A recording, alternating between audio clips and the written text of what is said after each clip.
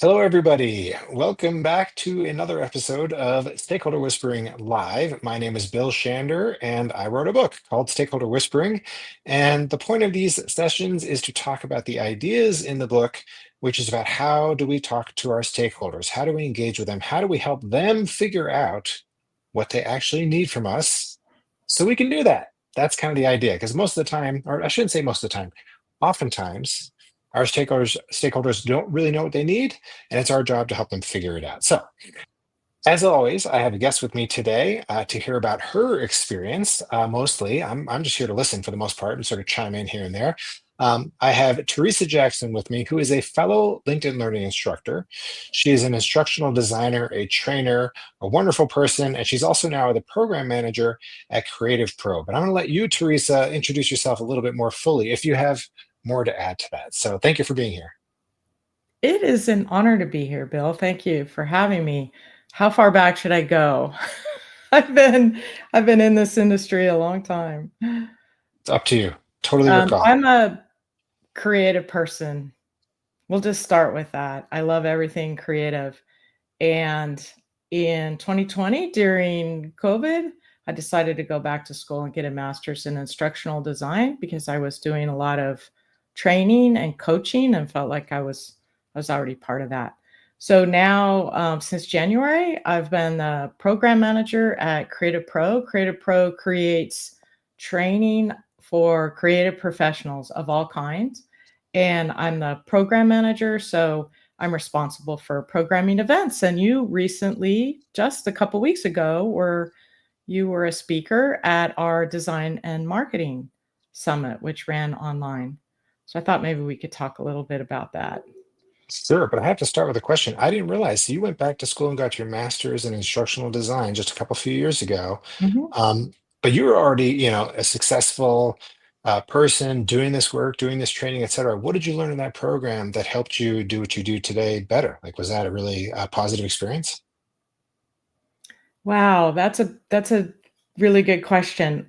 Uh, well, at the risk of sounding like I've got a big ego, which I don't, I gained a lot of self-confidence in that program. I realized how much I already knew, maybe intuitively, maybe through all my work experience, Yeah, but I came into it probably further ahead and more prepared than maybe some of the other students that were in the program. So it just really affirmed for me that I was where I needed to be. I was already doing the work that I love doing, and I had a lot of the skill set necessary to do it well. that's great. Yeah, that answer doesn't surprise me. That makes perfect No, sense to me, actually. okay. Yeah. Yeah, yeah. So let's talk about the Creative Pro event. And yes, I spoke at it. It was fun, and when I talked about stakeholder whispering, of course. Mhm. And yeah, what did you want to talk about? I know we talked a little bit before we started here. The idea that how do we prepare things for an Right. audience when we don't know who they are? That's that's the point, is that our audience that we're teaching, they're a stakeholder, and they're kind of a gray stakeholder out there because we don't always know who's going to be reached by our training. And when we run an event, we don't know who's going to register for that event and who's going to be there. And so it's challenging. It's not like sitting around a desk and, or a big table and having a conversation with somebody across the table. So, but you and I were able to do that. I reached out to you, asked you if you were interested in presenting at this event, which was for designers and marketers and designers who do marketing. And I was really interested in your being able to speak to the conversation between those two teams, because a lot of our events may be more targeted in who the audience is. Design and marketing is a little broader because we have marketing team there and we have design team. And I know from past experience that having really good communication between those teams is just, it's so important to creating the best quality work and creating the work that's necessary. So you and I had a conversation to talk about who the audience was, because I knew you had written a book. I wasn't exactly clear who your book was intended for. I didn't know if you um if if it related to design and marketing, and you assured me straight up, yeah, it's for all industries, right? Design and marketing, and doesn't really matter.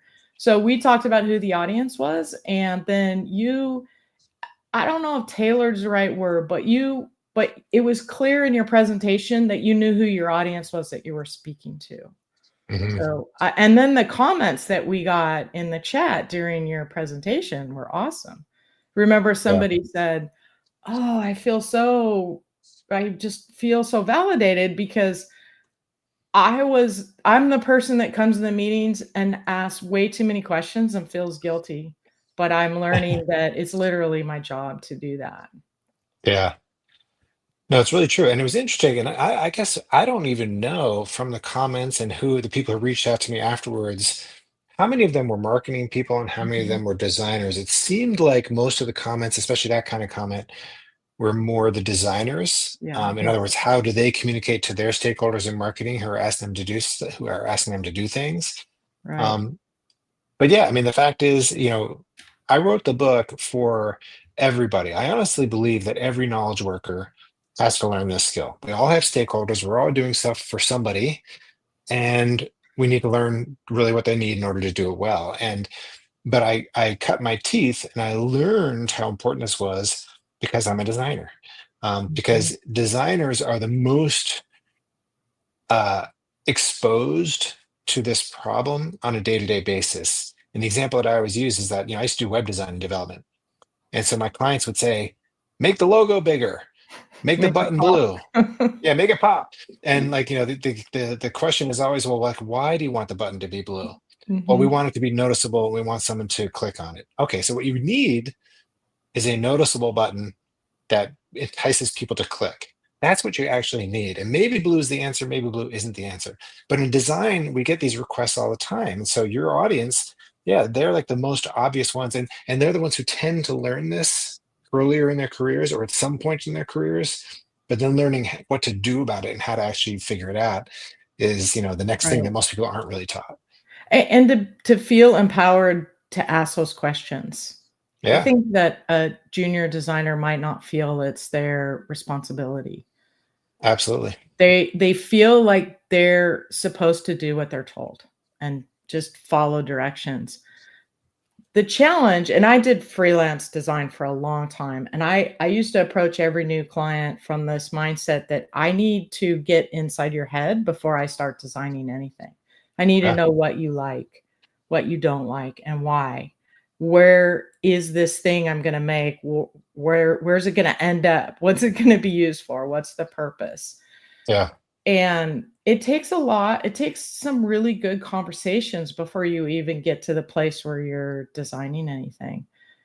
And I learned that over time. I've been in the industry for a really long time, but in the beginning, I just followed directions, yeah, and you end up with who knows what. Sometimes your client has to see something that they don't like before they know what they like. And I think the reason why in that industry it's so challenging is that as designers, we know how to describe what we like and don't like. We're visual in a way that, but we can communicate. We have a sense of what works, but that's not a common skill for a lot of people. They intuitively know what they like or don't like, but they don't know it till they see it. They can't really yeah. describe it. It's Have you very run true. into that? They're just Oh, 100%. I mean, Steve Jobs famously said, people don't know what they want until you show it to them.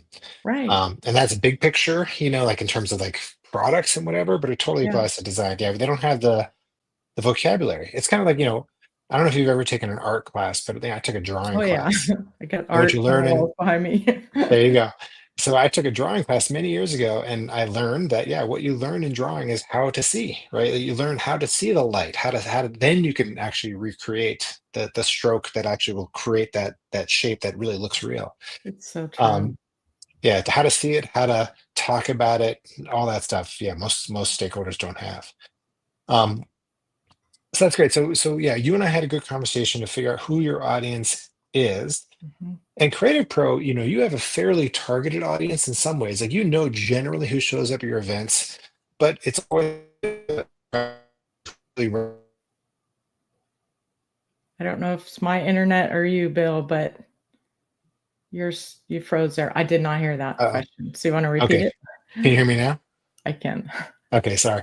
Yeah, no, I was saying that Creative Pro, you do kind of know generally who your audience tends to be, who tends to show up for your events, but it's Mhm. always going to be different from event to event. And so getting to the nuance of who your audience is going to be, it's a guessing game. And so what's been your strategy, whether for Creative Pro or when you do your LinkedIn learning courses, et cetera, to imagine the possibilities of your audience, your Mhm. stakeholders, so that you could design the right curriculum for them? I'll start with Creative Pro. We have a community. Creative Pro is not just events. We have a whole community, we have membership, and we have conversations with our community. We at Creative Pro Week, which is our large in-person event, we ran 2 focus groups where we met with attendees. We had both, past attendees and new attendees, and we asked them questions to learn more about what their needs are. So we're constantly having those conversations, but it's it's a two-folded. I don't know if that's the right term, but it's a little more complex than that because we also wanna grow. So we know who our audience is. We know who our community members are that keep coming back for more and more, and they're just soaking up everything we have to offer. But we also wanna reach a new audience, and we also wanna make sure that we're providing our audience with everything they need to know, even if they don't know they need to know it. So that's really challenging because they know what they want, but maybe from our expertise, we're coming from a perspective, yeah, there's other things you should know too, and we wanna be able to provide that. So it's a balancing act for sure, but that's what makes it fun. I love Yeah. what I'm doing. It's been great. I think One that of last the point, one of the things that that really opened my eyes in the focus group was something that I'm really thinking about. I don't have an answer to this right now, but it's something that I'm really thinking about is there's a lot of tools that us subject matter experts use that are cloud-based. And we love these tools and Creative Cloud libraries, the Adobe Creative Cloud libraries are one of them. All of us that are doing training, presenting sessions, we're all using Creative Cloud libraries in our workflows, and we believe everybody should be using them, and we have lots of good reasons for it. We're also doing everything we can to learn about including AI in our workflows. And the feedback that we got at the focus group is some of our attendees they're in corporate environments and they don't have access to these tools. And it's yeah, frustrating for them to hear our excitement and be like, "Yeah, I wish, but I don't get to use those things." So, we need to be more mindful of that when we're presenting these tools, that there are people in the audience that um, can't use them in their work, which is really unfortunate. And maybe there's workarounds that we haven't figured out yet. So those are thoughts that I'm going to be carrying into 2026. How do we address this? yeah. And of course, AI is so interesting because it's everywhere. It's the future. I mean, we're being The told this present and the constantly, and the future. present, yeah. And yet, yeah, a lot of people literally can't use it, and but they have to. And so there's this incredible push-pull, especially now in Yeah. that context. Like, yeah, I don't even know how you begin to solve that. But I guess part of your job when you're promoting things that everybody should be using, right? Because they're, like what is it, GIMP? GIMP ain't Mhm. Photoshop, and will it Right. ever be? Probably not. So, probably everybody should be using Photoshop. Therefore, maybe everybody does, need to convince their bosses to use those tools. And so maybe that is part of your role. Maybe it isn't, but that's a hard conversation to have. How I do like you where think you you can just approach it? I like where you just went with that because maybe one of the things that we can do to be helpful to help our audience thrive in their environment is to give them some of the tools for that conversation with their boss Yes. or their IT department. Help them with that conversation I like that idea a lot. I'm gonna Yeah. make some notes and and see I what can't we can remember if do I about talked that. about this at the Design and Marketing Summit, but I talk in the book about how to influence, how to persuade our bosses to listen to us and to take us seriously. And there's a really interesting study done years ago where they put people in an MRI machine and they watch the brain activity.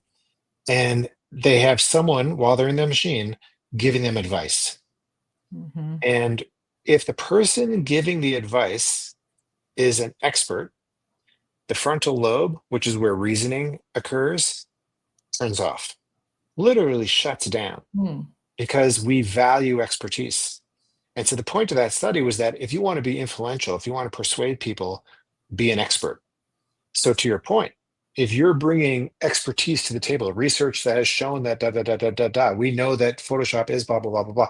You're arming with people with documented information that's going to help them have those conversations with IT boss, whoever. It's going to be effective because the IT, the boss, is going to be more likely to listen to them because it's from Creative Pro and or from some professor who said X, Y, or Z. Yeah, Now, I obviously, love there's that. limits to that because in today's world, expertise is also sometimes frowned upon. Mhm. Weird current circumstances, but generally speaking, that's a true thing. Yeah, that's fascinating. I love brain study things. I'm Yeah, always fascinated by that.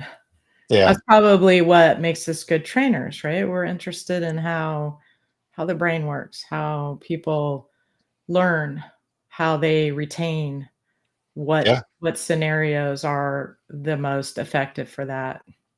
And we're all That's very different too, but that keeps it fun. yeah, Everybody has a different way of learning or a different preferred way of learning. yeah. No, that's definitely true. So, what is coming down the pike for Creative Pro for you? You just said part of it is going to be figuring out how to help people have those conversations. What else are you Mhm. working on? We have 3 more events for the year. The next one is, design and accessibility. Mm, Accessibility is such a important and big topic, and yeah, all designers should be skilled in it. And here's a really key thing, if you are skilled in accessibility, you're worth more. You increase your value. So, mm, highly recommend that. We have 4 days of experts. We're, covering everything from document accessibility, making your PDFs accessible to, captions and, video and audio, web accessibility. We're gonna have a legal expert talk about where we're at with that because there's legal implications as well. yeah, So, that's the next one, and then we have design and AI, of course. I mean, it's a really important topic. My goal for the Design and AI Summit this year was to make it actionable and teach how to real world, what tools can really improve your workflow today mm, and how to use them. So that's the focus for that. And then we're going to end the year with an InDesign conference.